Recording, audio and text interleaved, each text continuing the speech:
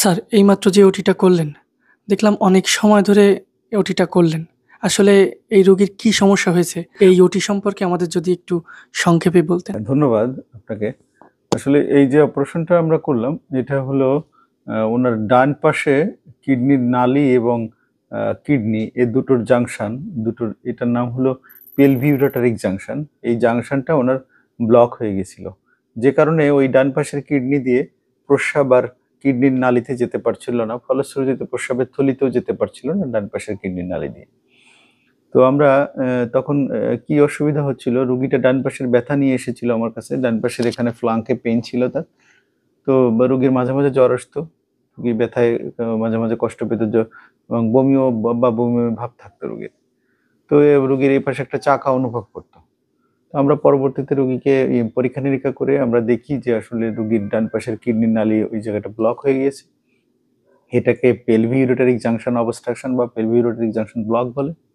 এটাকে আমরা পরবর্তীতে আমরা এখন তাকে আমরা পরীক্ষা নিরীক্ষা করে তাকে ফিট করে তারপরে আমরা তাকে সার্জারি করলাম। কি সার্জারি করলাম? সার্জারিটা করলাম হচ্ছে কি যে তার যে অংশটুকু ব্লক হয়ে গিয়েছে, যে অংশটুকুর ভিতরে ক্যানাল আর কাজ করছে না, ছিদ্র কাজ করছে না, ওই অংশটুকু আমরা ফেলে দিলাম, ডিসমেম্বার্ড করলাম ওটুকু অংশ, অর্থাৎ ওই অংশটুকু কেটে ফেলে দিয়ে বাকি যে অংশটুকু ছিল ওই যে আলাদা টেকনিক আছে, টেকনিকের মাধ্যমে কিডনির যে মানে পেলভিসের সাথে ওই কিডনির যে নাল ইউরেটার, এই ইউরেটারের পেলভিসটা লাগিয়ে দিয়েছি আমরা।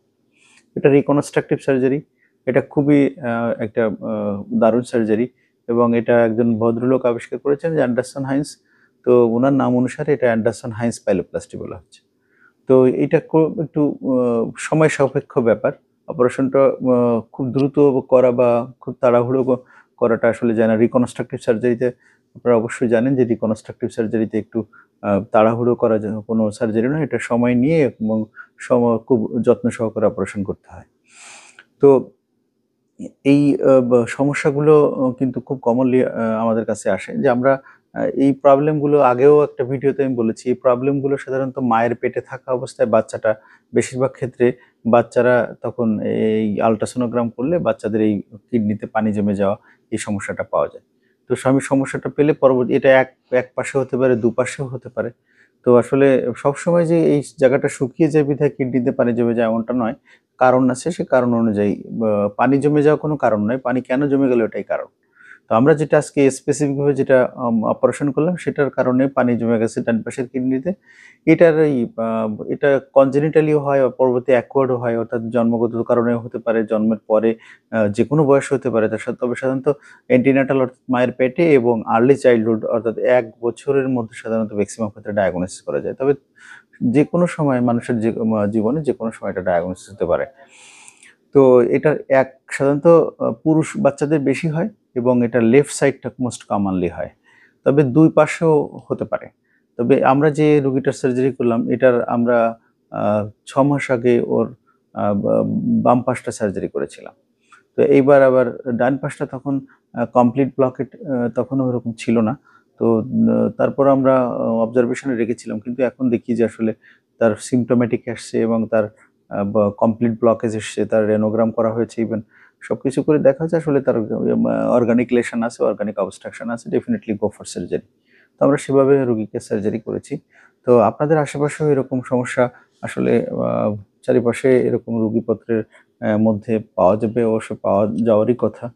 কারণ এটা ১২০০ থেকে ৫০ থেকে অনেক কোনো বইতে ১৫০০ আছে। এই ১৫০০ লাইভ বার্থের মধ্যে একজন সাধারণত এই রোগে ভুগছে। একবারে নেহাত খুব রেয়ার নয়। এটা খুবই মোর অর লেস কমনই বলতে হবে। তো এটা এরকম সমস্যা হলে ইভেন প্রেগন্যান্ট মাদার এরকম বেবি ক্যারি করলে তার আল্ট্রাসোনোগ্রামে এরকম সমস্যা ধরা পড়লে তখন থেকে ইউরোলজিস্টের কনসালটেশনে থাকবে মা, এবং পরবর্তী ডেলিভারির পরে বাচ্চাকে অবশ্যই ইউরোলজিস্টের কনসালটেশন করাবেন। এবং এর যদি পরবর্তীতেও ডায়াগনোসিস হয় বা পরবর্তীতে এরকম সমস্যা অন্য কোনো ইউরোলজিস্ট ছাড়া দেন অন্য কাউকে দেখিয়ে এরকম সমস্যা ধরা পড়ে, অবশ্যই ইউরোলজিস্টের শরণাপন্ন হবেন। আরেকটা বিষয় হলো যে এই সমস্যাগুলা কিন্তু বেশ জটিল আকার ধারণ করে। অনেক সময় নেগলিজেন্সি করা হয়, ইগনোর করা হয়। তখন এটা কিডনিটা একটা সময় কস্ট করতে হয়, কিন্তু অর্থাৎ কিডনিটা একটা সময় নষ্ট হয়ে যায় বা অনেক সময় কিডনি কেটে ফেলতে হয়। তো আমরা এরকম কারো সমস্যা না হোক এবং এরকম কারো ভাগ্যে এরকম দুর্ভাগ্যের শিকার কেউ না হোক। তো আমরা এইরকম সমস্যা কারো চারিপাশে জানতে পারলে অবশ্যই ইউরোলজিস্টের শরণাপন্ন হবো। আপনাদের আশেপাশে যে ভদ্রলোক ইউরোলজিস্ট আছেন তার কাছাকাছি আপনারা চলে যাবেন দ্রুত, যত দ্রুত সম্ভব। আর আমার আশেপাশে থাকলে অবশ্যই আমার কাছে আসার জন্য মোস্ট ওয়েলকাম। আর আমার এই আলোচনা, ক্ষুদ্র আলোচনা থেকে আপনাদের যদি বিন্দুমাত্র কোনো উপকার আসে এবং বিন্দুমাত্র কিছু জেনে থাকেন অথবা শেয়ারিং এর মাধ্যমে কিছু উপকার আপনাদের হয়, অবশ্যই আমার এই পেজকে আপনারা সচল রাখার জন্য লাইক করতে ভুলবেন না, এবং আপনারা সবার মাঝে ছড়িয়ে দেওয়ার জন্য এবং সবার মাঝে সচেতনতা বৃদ্ধি করার জন্য বেশি বেশি করে আপনারা শেয়ার করবেন। আর আপনারা যদি কোনো কিছু জিজ্ঞেস করা থাকে এই সম্পর্কিত কোনো ইস্যুতে, অবশ্যই আমার কমেন্ট বক্স অলওয়েজ খোলা। আপনারা কমেন্ট বক্সে আপনাদের কমেন্ট লিখবেন, আপনাদের জিজ্ঞাসা লিখবেন। আমি আমার সময় মতো এবং সাধ্য মতো আমার উত্তর দেওয়ার সর্বোচ্চ চেষ্টা করব। আর আমার এই পেজের অ্যাবাউটসে একটা হোয়াটসঅ্যাপ এবং একটা ইউটিউব লিঙ্ক আছে। আপনারা চাইলেই আপনাদের ইচ্ছা মতো আপনারা ওখানে নেভিগেট করতে পারবেন। ওর মধ্যে দেখবেন যে অনেক ইউটিউব অনেক ভিডিও আপলোড করা রয়েছে, এই সম্পর্কিত অন্যান্য ভিডিওগুলোও রয়েছে, অন্যান্য বিষয় ভিডিও রয়েছে, সব চিকিৎসা সম্পর্কিত ইউরোলজি বিষয়ে।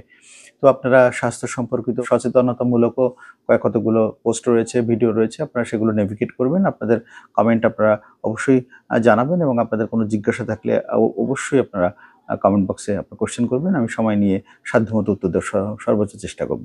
ভালো থাকবেন। আমার এবং আমার রোগীর জন্য অবশ্যই দোয়া করবেন।